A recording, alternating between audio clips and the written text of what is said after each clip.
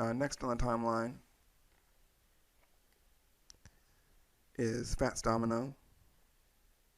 He was born Antoine Domino in Crescent City, New Orleans, and he was known for pioneering the early sounds of New Orleans R&B and also rock and roll.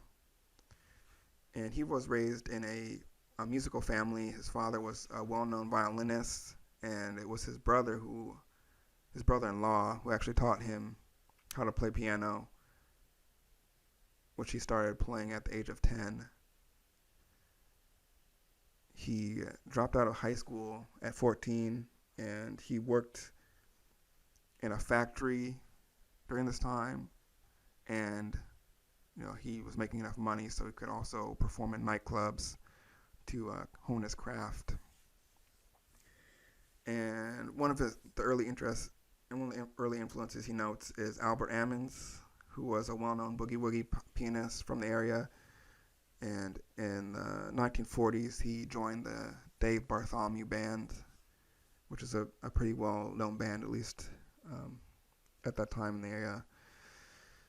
And he performed with them for a while. And then in 1949, he signed with Imperial Records. And one of his first songs was it was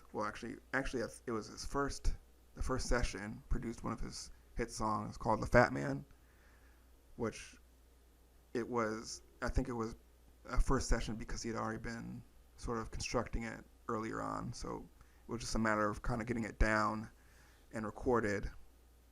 And this is another song that is considered to be one of the first rock and roll songs and a core rock and roll song.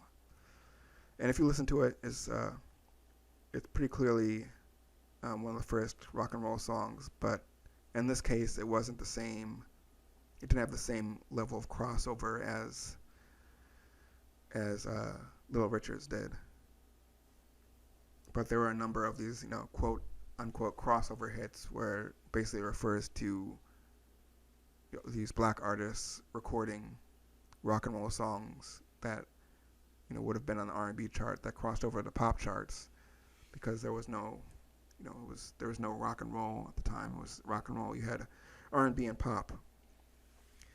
And so the Fat Man, as you may or may not recall, I talked about when we talked about Champion Jack Dupree, because Champion Jack Dupree recorded a song called Junker Blues, and the Fat Man was based on the Junker Blues.